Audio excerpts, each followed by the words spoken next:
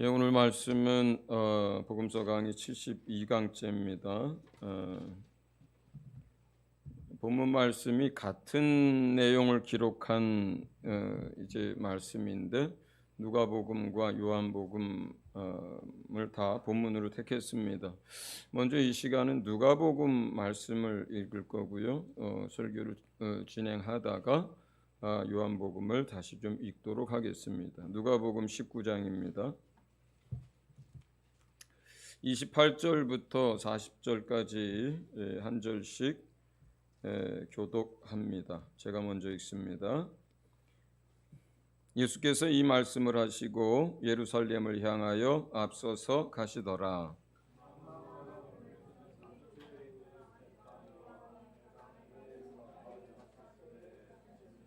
이르시되 너희는 맞은편 마을로 가라. 그리로 들어가면 아직 아무도 타보지 않은 나귀 새끼가 매어 있는 것을 보리니 풀어 끌고 오라.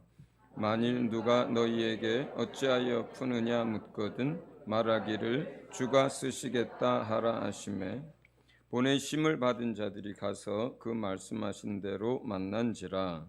나귀 새끼를 풀 때에 그 임자들이 이르되 어찌하여 나귀 새끼를 푸느냐 대답하되 주께서 쓰시겠다 하고 그것을 예수께로 끌고 와서 자기들의 겉옷을 나귀 새끼 위에 걸쳐 놓고 예수를 태우니 가실 때에 그들이 자기의 겉옷을 길에 펴더라.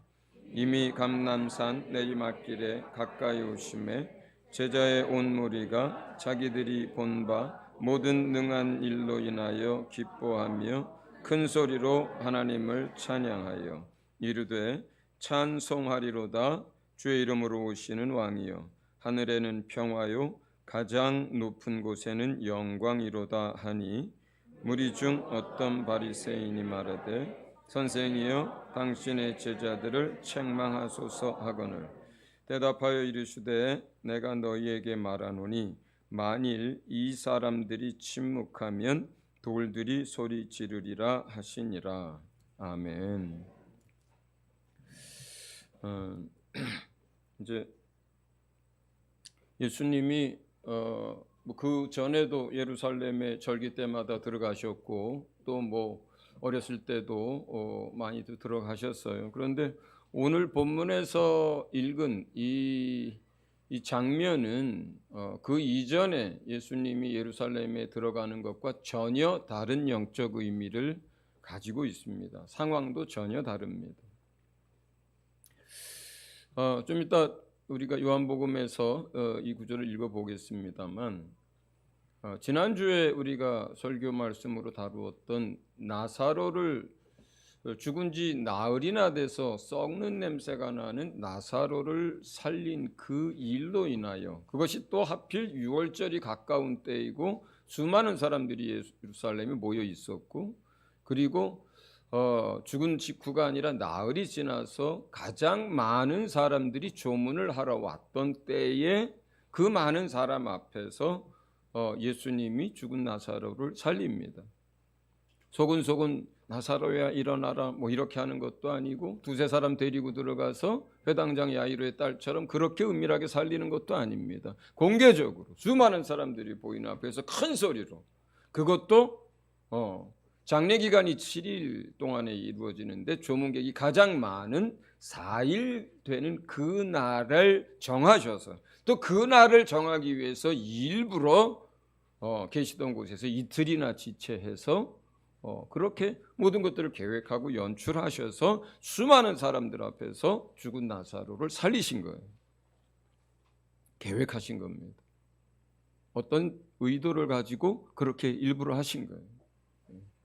그 의도는 두 가지가 있다 그랬어요. 크게. 첫 번째 의도는 그가 이번에 이제 예루살렘 성으로 들어가는 것은 그 이전의 나사렛 사람이나 그 이전의 어린아이나 그 이전의 절기를 위해서 들어가는 것과 전혀 다른 의미, 왕으로서 자기의 성에 환송과 찬송을 받으면서 들어가야 하는 하나님의 말씀과 계획을 성취하기 위한 거예요.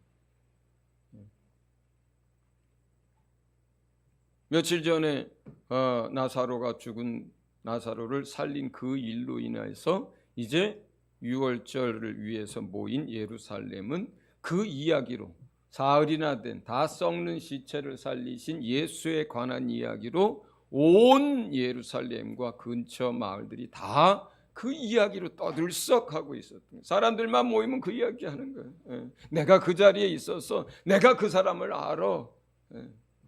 예수님 우시는 거 봤지? 예수님이 큰 소리로 외칠 때 그 썩은 나사로, 그 냄새 나는 나사로가 배로 도인 채 그 동굴에서 나오는데 나 기절할 뻔했어. 그들의 온통 이야기가 그 이야기에 집중돼 있었어. 그 예수님이라면 이스라엘을 구원할 수 있다. 그 예수님이라면 이스라엘을 제사장 국가로 다시 회복시킬 수 있다. 그 예수님이라면 로마의 압제에서 우리를 벗어나게 할 수 있다. 그 예수님이라면 우리의 먹고 사는 문제 해결할 수 있다. 죽음의 문제까지도 해결할 수 있다. 그분이 우리의 왕이고 우리 그분 왕 삼아야 한다. 이 분위기와 이런 사람들의 생각을 만들어 냈던 거예요. 나사로 살리는 그 일을 통해서. 그래서 이제 예루살렘 성에 입성할 때 수많은 사람들이, 물론 제자들이 중심이 되었습니다. 누가복음은 그거를 그 많은 사람들이 찬송하고 막 적극적으로 환영할 때, 누가복음은 조금 더 상세하게 그거를 설명할 때 제자들이 그렇게 환호하고 호산나 찬송하리로다 이렇게 이제 큰 소리를 외쳤다. 근데 요한복음 읽어보면 제자들뿐만 아니라 그 소리를 듣고 그곳에 있었던 수많은 사람들이 함께 예수를 왕으로 자기의 성에 맞아들입니다. 이게 첫 번째 나사로 사건에 예수님이 의도한 거예요. 두 번째는 좀 이따가 요한복음에도 자세히 기록이 나옵니다만, 두 번째는 전혀 그 반대의 결과를 가져오게 합니다. 수많은 사람들이 예수를 왕으로 맞아들이게 하는 그 결과와 정반대의 결과를 만들어내요. 그 사건이. 나사로를 살렸을 때도 그랬고, 결정적으로 오늘 이렇게 수많은 사람들이 환송을 받으면서 예루살렘 성에 입성하는 걸 종교 지도자들이 보고 죽일 결단을 하고 죽일 모의를 하고 더 이상 용납할 수 없는 상황이라고 그들이 스스로 인식하게 만듭니다. 심지어 요한복음 뭐라고 얘기했냐면, 저거를 봐라, 온 세상이 예수를 따른다.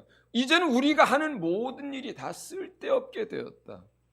이렇게 얘기를 합니다. 그리고 그들이 예수를 이제 확실하게 더 이상 그들로서는 물러설 수 없는 입장이라고 생각하게 만들어서 예수를 이제 죽이려고 하는 구체적인 실행에 들어갑니다. 호산나 다윗의 자손이요, 이렇게 수많은 사람들이 외치면서 예수님을 환영하고 받아들이는데, 자, 이 호산나 다윗의 자손이여라고 하는 것은 하나님을 찬양하면서, 그리고 다윗의 자손이라는 게 뭐예요? 성경에서 다윗의 자손이라는 게 뭐예요? 우리가 마태복음 1장 1절에 보면은 예수님에 대한 것을 마태는 아주 간략하게 소개합니다. 예수님이 누구냐? 아브라함의 자손이고 다윗의 자손이다. 딱 그렇게 설명을 해요. 아브라함의 자손 할 때는 성경에서 물론 아브라함의 자손이나 다윗의 자손이나 둘 다 메시아인 것을 나타내지만, 그러나 강조하는 강조점이 달라요. 아브라함의 자손이라고 할 때는 뭐예요? 대적의 문을 얻을 자고 만민에게 생명과 복을 줄 메시아예요. 그런가 하면 다윗의 자손으로서의 메시아 그리스도는 누구냐면 영원한 나라의 통치자 왕으로서의 그리스도예요. 그러니까 뭐예요? 지금 이 사람들이 예수를 누구로 맞아들이고 있는 거예요? 영원한 나라의 왕으로, 이스라엘의 왕으로 지금 예수님을 받아들이고 있는 순간이에요. 그런데도 뭐예요? 며칠 지나서 바로 그 군중들이 예수를 십자가에 못 박으라고 외치게 됩니다. 자, 우리 요한복음에 제가 설명한 것들을 길지 않으니까 한번 읽어보고 그 다음 주제로 넘어가도록 하겠습니다. 요한복음 12장 12절부터 19절입니다. 자, 같이 교독합니다. 제가 먼저 읽습니다. 그 이튿날에는 명절에 온 큰 무리가 예수께서 예루살렘으로 오신다는 것을 듣고 종려나무가지를 가지고 맞으러 나가 외치되 호산나 찬송하리로다 주의 이름으로 오시는 이 곧 이스라엘의 왕이시여 하더라. 예수는 한 어린 나귀를 보고 타시니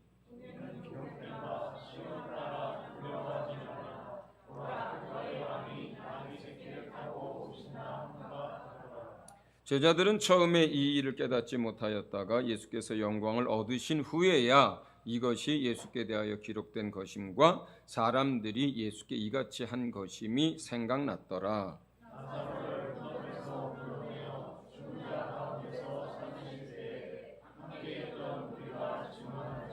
이에 무리가 예수를 맞으면 이 표적 행하심을 들었음이러라.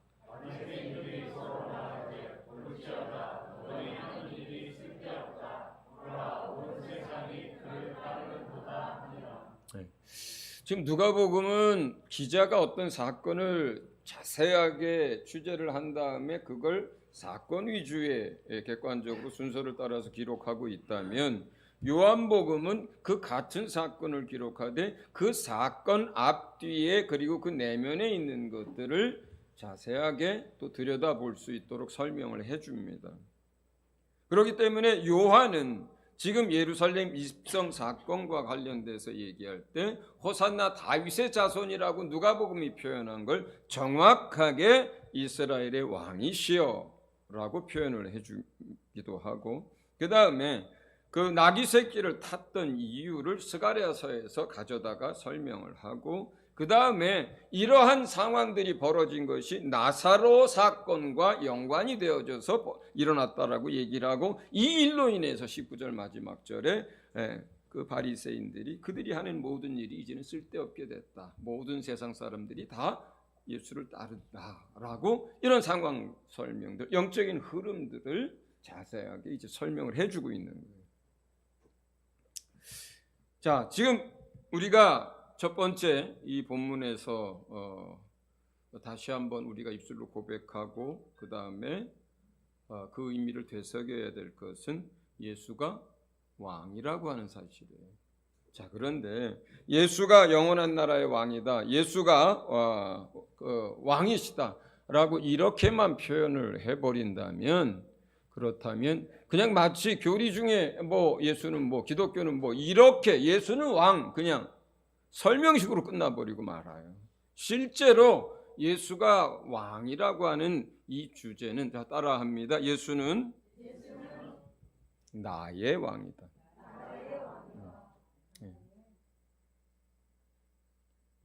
무슨 삼위일체 설명하듯이, 아니면 무슨 예정설 설명하듯이 이렇게 설명되어질 부분이 아닌 거예요. 이제 저와 여러분에게 있어서 예수는 어느 나라의 왕이 아닌 거예요. 나와 여러분의 왕이에요. 네. 왕이라고 하는 게 뭡니까? 통치자란 뜻이에요. 그런데 그 예수님은 스가랴서에 무엇으로 통치한다 그래요? 정의, 공의, 사랑으로 통치하시는 분이라고 그래요. 공의로 통치하시는 분. 그 공의가 뭐예요? 하나님의 말씀을 의미해요. 대한민국에도 대한민국의 법이 있습니다. 대한민국은 대통령이 되거나 하더라도 자기 멋대로 통치하면 안 되는 거예요. 대한민국은 민주공화국은 동시에 법치국가예요. 대한민국의 통치는 철저하게, 그래서 대한민국의 헌법과 그 아래에 있는 부속된 법들을 가지고 통치를 해야 되는 거거든요. 이러한 모든 지혜와 이러한 모든 세상의 통치들은 뭐예요? 하늘에 있는 것들의 때로는 모형이기도 하고 때로는 그 지혜를 따라서 만들어지는 것들이에요. 예수님을 누구의 왕, 예수님을 어느 시대의 왕, 요즘 시대 대한민국 왕이 없잖아요. 왕정 국가도 아니고. 그러니까 무슨 어떤 기독교에서 이야기하는 설명하는 예수는 어느 나라의 왕 이렇게 설명하면 그렇게 되면 큰일 나요, 여러분. 자기의 왕인데 남의 나라 왕 대하듯이 하게 됩니다. 우리가 여러분이 바이든의 뭘 봤습니까? 통치를? 여러분이 한국 사람인데 여기 한 사람은 받겠네요. 스테반은 미국 시민이니까. 우리가 영국의 왕의 통치를 받습니까? 모르겠습니다. 우리 이제 김순도 목사님하고 황성 교사님은 주로 영국에서 사시니까 사는 땅에 왕의 통치를 받아야 하는 거죠. 자, 그렇다면 여러분과 저는 누구의 통치를 받습니까? 이 땅에서는 대한민국 시민으로서 대한민국 법의 치리를 받겠지만 그러나 우리는 죽으나 사나 영원토록 우리의 왕이 누구예요? 예수님이에요. 예수님을 나의 왕이라고 그러면서 만약에 그 통치를 거절한다면 이건 뭐예요? 앞뒤가 안 맞는 얘기예요. 입술로는 나의 왕이라고 얘기하지만 결국 내 삶으로나 내 믿음으로는 예수가 나를 통치하는 왕인 걸 부인하는 거예요. 우리가 찬양하면서 예수 우리 왕이여 또 뭐 호산나 여러 가지 합니다. 이게 노래가 되면 되겠습니까? 믿음의 고백이고 실상이어야지. 그래야 하나님이 받지 않으시겠습니까? 네. 다시 따라합니다. 예수는 나의 왕. 예수는 나의 통치자. 자, 그런데 이제부터 오늘 이제 전하려고 하는 핵심 메시지가 두 개가 있습니다.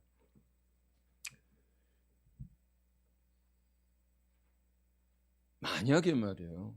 만약에 저 북한의 김정은이 여러분을 통치하는데 그런데 만약에 영원히 통치한다고 생각을 해보세요.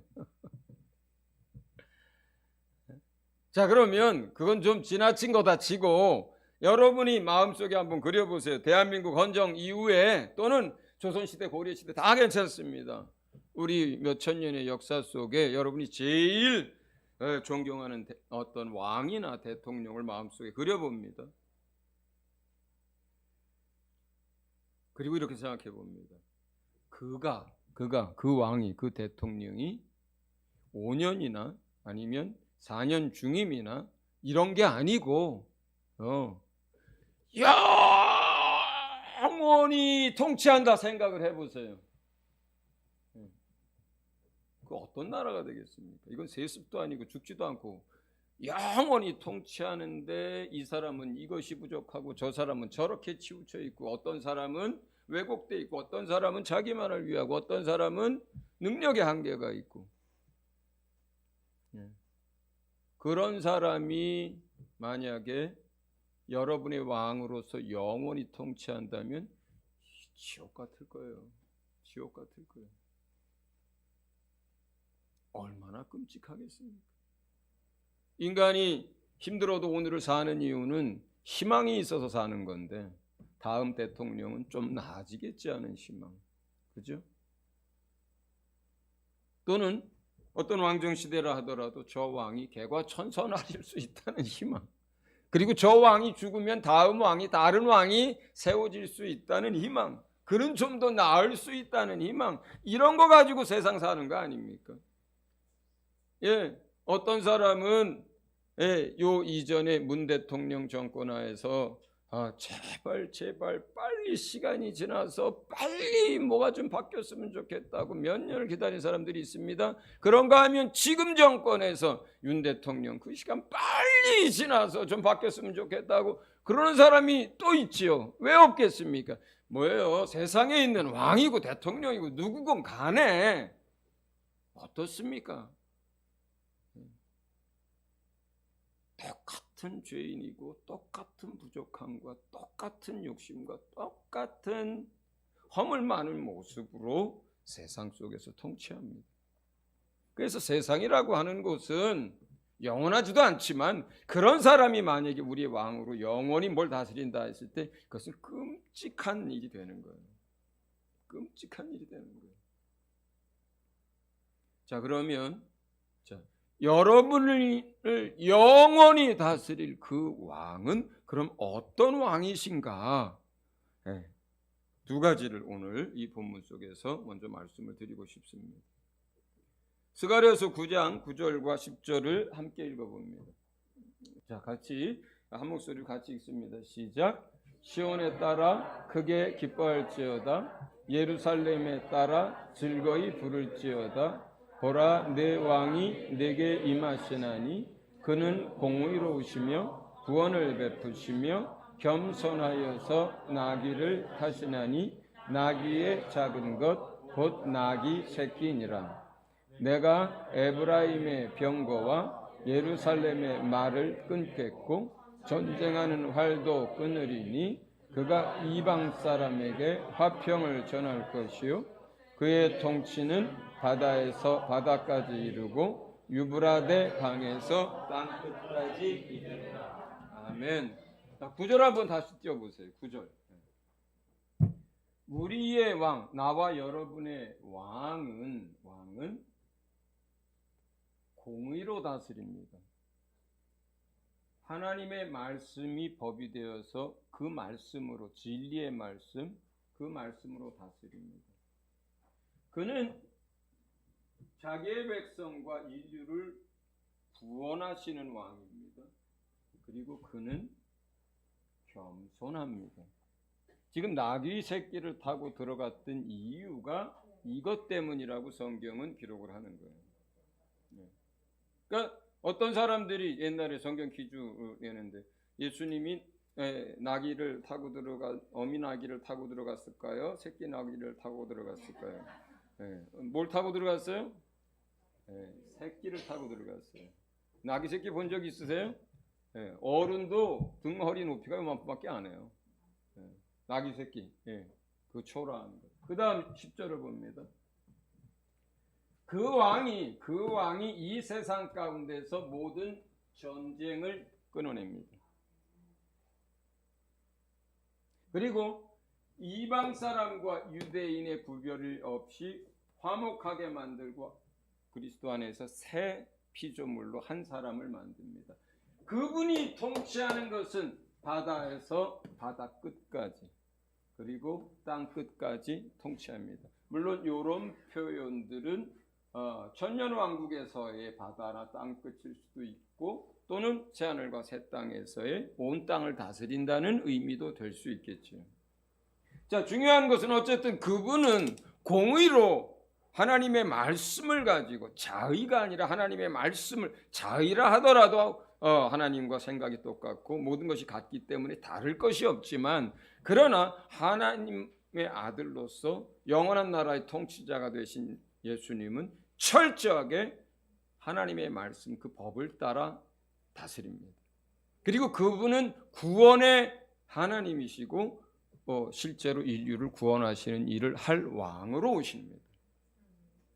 그는 이 땅의 모든 전쟁들이 사라지도록 하고 그리고 모든 인류에게 화평을 전합니다. 그리고 그는 이 바다 끝에서 저 바다 끝까지 온 땅 끝까지 다스리시는 왕으로 이 땅에 오시게 됩니다. 할렐루야. 자, 그러면 여기서 예수님이 나귀를 탄 이야기를 좀 저는 하고 싶습니다. 제가 늘 이 본문 할 때마다 그런 얘기하죠. 전 이거 생각할 때마다 되게 웃겨요. 혼자 웃습니다. 야, 참 말이 안 된다 이게. 너무 웃기는 장면이다. 이런 식의 표현. 이 경망스러울 수도 있는데 본 뜻은 그런 게 아니고. 자, 왕이라고 하면 자기의 성에 남의 나라도 아니고 자기의 성에 들어갈 때 어떻게 들어갑니까? 화로운 마차와 수많은 군사들의 호위를 받으며 그리고 백마를 타고 그리고 사람들이 나팔을 불며 그렇게 또 바닥에 양탄자를 깔고 막 그렇게 입성하지 않습니까? 우리가 영화 같은 데 보면 그렇잖아요. 로마 시대를 배경으로 한 영화 같은 데 보면은 전쟁에서 이기고 돌아오는 어떤 그런 지도자들을 맞이할 때 한번 보세요. 그렇게 큰 나라가 아니더라도 세상의 왕이 다른 나라의 왕들이 됐을 때 어떻습니까? 최대한 호화롭게, 최대한 어미를 나타낼 수 있도록, 최대한 사람들로 하여금 그 앞에 무릎 꿇게 만들 수 있는 그런 분위기와 환경을 조성하고, 왕은 자기의 성에 들어갈 때 그렇게 들어갑니다. 그런데 낙이 새끼는 아까 말씀드린 대로 실제로 작아요. 어른이 돼도 낙이 작습니다. 짐을 싣고 이렇게 가는 것들은 힘이 있어서 가능한데 참 볼품 없습니다. 여기 말 한 마리 갖다 놓고 나귀 한 마리 갖다 놔봐요. 말은 멋있어요. 휑하고 그거 막 그 울음소리를 크게 낼 때도 참 뭐 대단하고 그 갈기를 휘휘 날리면서 뛰어다닐 때도 멋있습니다. 근데 나귀는요 진짜 생긴 것도 정말 못생겼어요. 가분수예요. 머리만 크고 조그맣고, 그리고 대부분의 나귀는 배볼록이 그렇게 나오고. 그런데 그 애미 나귀도 아니고 새끼 나귀들 탔어요. 새끼 나귀를 탔어요. 예수님 키가 크시거든요. 성경에 보면 예수님 키가 커요. 그러니까 엉덩이 살짝 올리시고 탔는데 참 안 어울리는 시츄에이션이에요.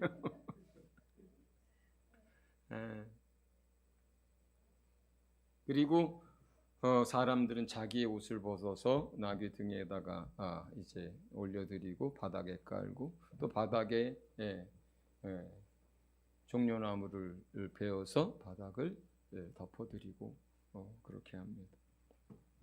나팔 소리 대신에 호산나, 사람들이 주를 찬송하는 소리를 이렇게 들으시고, 백마 대신에 보잘것없는 나귀 새끼를 타고, 수많은 호위병들 대신에 제자들과 군중들의 환영을 받으면서 그렇게 자기의 성에 들어갑니다. 대통령실에는 대통령들에게는 그 의전팀이라는 게 있어요. 의전팀. 그러니까 어떤 행사를 하거나 아니면 외국을 들어가고 나오고 할 때에 세세한 것 하나하나를, 심지어 뭐 넥타이 색깔부터 시작해서 뭐 어느 통로로 들어오시고 그때 누가 맞이하고 또 뭐 무슨 차를 타고, 여러분 신문에 가끔 보면은 뭐 차가 뭐가 좀 조금 뭐 구색이 안 맞춘 차를 탔다 그러면은 막 신문에 막 난리잖아요. 뭐 우리나라가 뭐 왕이 어디를 대통령이 갔는데 뭐 무시를 당했네 만에 막 그렇게 얘기하고. 얼마 전에는 또 바이든 대통령하고 뭐 무슨 뭐 할 때 이렇게 악수를 하는데 딴 데를 봤다고 그걸 가지고 또 무슨 뭐 신문에 뭘 뭐 우리를 무시했네 만에 하고.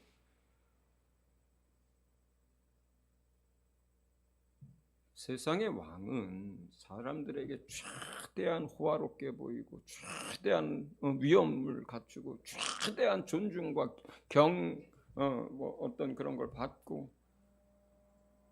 그런데 여러분의 왕, 나의 왕은, 여러분의 왕은 그 스스로를 가장 낮추시는 분이세요. 겸손해요. 말도 못하게 겸손하신 분이세요. 그걸 나타내려고 그런 분이라고 하는 그분의 성품을 보여주기 위해서 하나님은 나귀 새끼를 예비하고 그걸 타고 들어가라고 하신 거예요. 그런데 예수님의 겸손이라고 하는 것은 가짜 겸손이 아니에요. 우리는 마음에는 그렇지 않아도 스스로 사람들 앞에서 스스로 겸손한 척도 할 수 있고, 그렇죠? 또 그런 상황을 연출할 수도 있어요. 그런데 예수님은 정말로 겸손하시기 때문에 그 겸손함을 표현하는 도구로 나귀 새끼를 타신 거예요. 겸손해지라고 그렇게 한 것도 아니고, 그리고 사람들 앞에 겸손한 모습을 뭔가 보여주려고 그런 것도 아니고, 예수님 자신이 그러세요. 여러분을 다스릴 영원한 왕은 겸손한 분이십니다. 겸손한 분이세요. 두 번째는 참 묵상을 하다 보면, 이 부분을 묵상하다 보면 참 가슴이 먹먹해질 때가 많아요.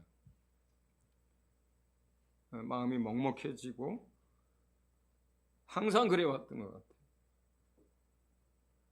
어떤 거냐면,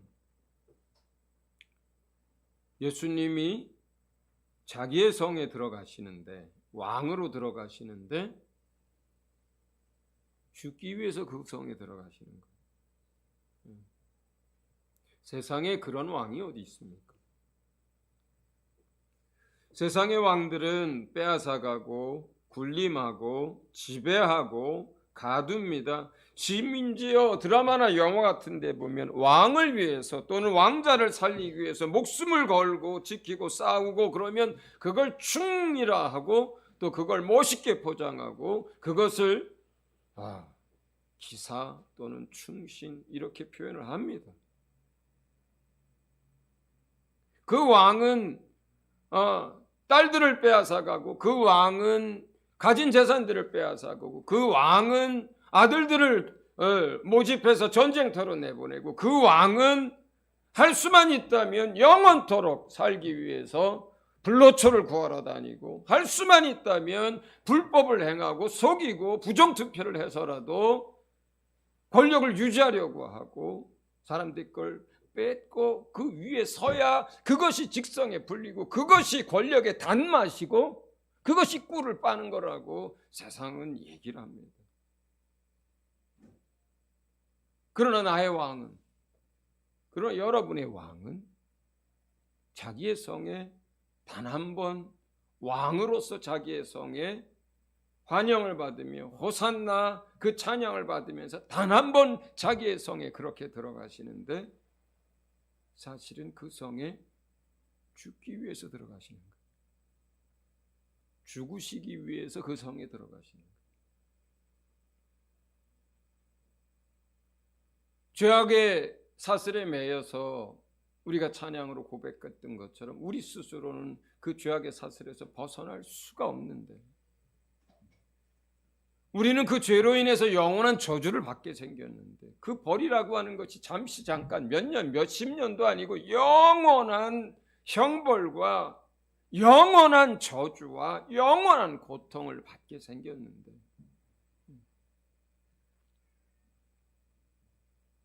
우리는 하나님을 알지도 못하고 살았고, 하나님을 향해서 손가락질하고 살았고, 내가 하나님인 것처럼 그렇게 착각하고 살았는데, 하나님은 그 아들을 내주셨고, 예수님은 그 뜻을 따라서 왕으로 오셨음에도 불구하고 자기의 성에 수많은 사람들은 막 소리를 지르고 나뭇가지를 깔고 할 때 예수님의 마음은 어땠겠어요?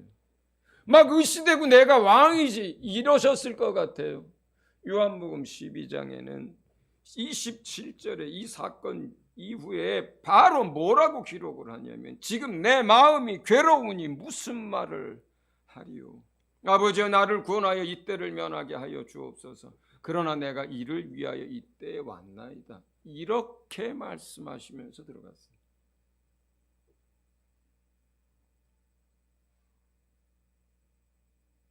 수많은 사람들이, 제자들이 이제 자기 세상에 올 것처럼 착각을 하고, 또 수많은 사람들이 환호하고 이제는 됐다, 이제는 해방이다 이러면서 그들이 마음껏 소리를 높이고 왕으로 예수를 맞아들일 때에, 예수님은 죽으러 들어가시는 것이기 때문에 그의 마음은 괴롭고 그의 마음은 힘들고 그의 마음은 눌렸었다.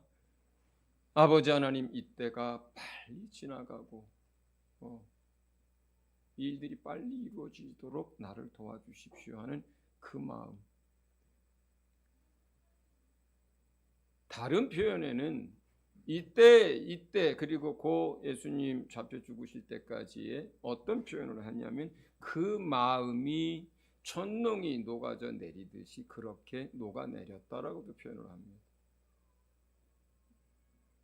여러분, 세상에 어떤 왕이 사형 집행을 앞둔 죄인을 위해서 자기 목숨을 내어주는 왕이 세상에 어디 있습니까? 여러분이 세상 왕이라면 그렇게 하겠습니까? 우리가 누굽니까? 육체의 목숨만 남아있지 우리 영원한 사망의 심판을 선고를 이미 받은 자들이었습니다. 에베소서는 뭐라 그래요? 너희의 죄와 허물로 인하여 너희는 이미 죽었던 자였다, 이렇게 표현을 합니다. 에베소 2장 1절은 그렇게 표현해요. 우리에 대해서.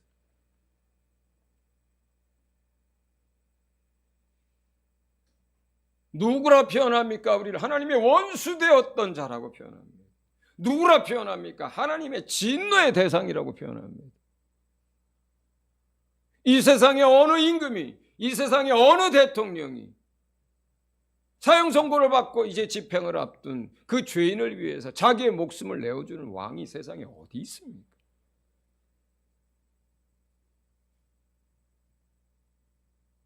세상에 어느 대통령이 그렇게 합니까? 근데 예수님이 오늘 그 예루살렘 성에 들어가는 이유는 바로 저와 여러분을 또 인류를 그 저주와 멸망과 죄로부터 구원하시기 위해서 자기가 대신 죽기 위해서 그 성에 들어가는 거예요. 왕으로 들어가는 거예요. 그래서 예수님 십자가 팻말에 그렇게 쓰여졌던 거예요. 누구라고? 유대인의 왕이라고.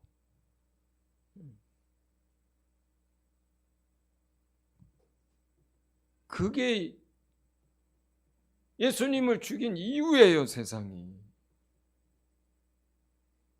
세상을 구원하러 오신 하나님의 아들을 세상의 왕이라고 하는 죄명을 그 팻말에 써서 그리고 예수를 죽인 건데, 그러나 예수님은 그 길을 선택하셨다고 했죠.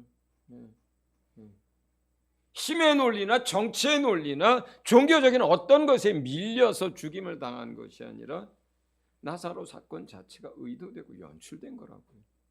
왜? 그렇게 해야 왕으로 들어가고 그렇게 해야 왕으로 죽을 수 있기 때문에, 그렇게 해야 더 이상 뒤로 미루지 않고 바리새인과 종교 지도자들이 이제 자신을 죽일 것이기 때문에 뭐예요? 선택하신 거예요. 죽음을 선택하신 거예요. 정치적이고 힘의 논리에 의해서, 세상의 무엇에 의해서 밀려서 떠밀려서 죽은 게 아니에요. 하나님이 계획하셨던 그 계획을 예수님이 알고 그 계획대로 본인이 자기의 선택권을 가지고 내가 아버지의 뜻을 따라 내 백성을 구원하기 위해서 내가 죽기로 선택하고 그것을 계획하고 그리고 그 상황을 만들어 가신 거예요. 할렐루야. 네.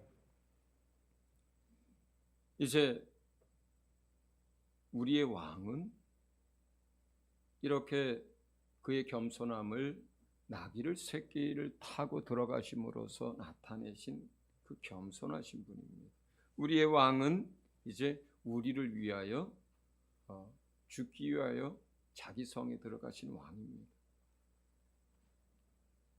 그래서 이제 우리가 예수님을 영원히 사랑하게 된 거예요. 그분을 좋아하게 된 거예요. 사랑함으로 그분을 따를 수 있게 된 거예요. 그분은 왕이신데 우리를 향하여 부를 때 너희는 내 친구라 부릅니다. 그분은 왕이신데 우리를 향하여 너희는 나의 신부라 그렇게 부릅니다. 여러분, 하나님의 나라가 그렇게 사모가 되고 소망되는 이유가 무엇 때문입니까? 이 아름답고 우리를 사랑하고 겸손하고 그리고 모든 것을 책임져 주실 수 있는 왕이 그곳에 계시기 때문에 우리가 그 나라를 사모하는 것입니다. 할렐루야. 우리 이 시간 같이 기도하겠습니다. 정말로 나의 왕 예수 그리스도, 그분을 사랑하고 또 그분을 또 기뻐하고 우리를 친구라 부르시고 신부라 부르시는 그 왕이 나의 왕이신 것, 그리고 잠깐이 아니라 영원히 통치하실 완전한 분이시라는 것에 대하여 감사하고 찬양하며 주님 앞에 그 왕의 통치를 기꺼이, 그 왕의 통치를 사랑함으로 받을 수 있는 우리가 되도록 같이 기도합니다. 하나님, 이제 내가 스스로 주인 되었던 그 자리에서 이 시간 주의 발 앞에 내려앉습니다. 아버지 하나님, 주님 앞에 복종하며 또 주님 앞에 무릎을 꿇습니다. 오직 예수님, 주님만이 우리가 사랑하는 왕이요, 우리가 따르기를 소원하는 왕이요, 영원히 함께 살기를 원하는 그 왕임을 이 시간 고백합니다.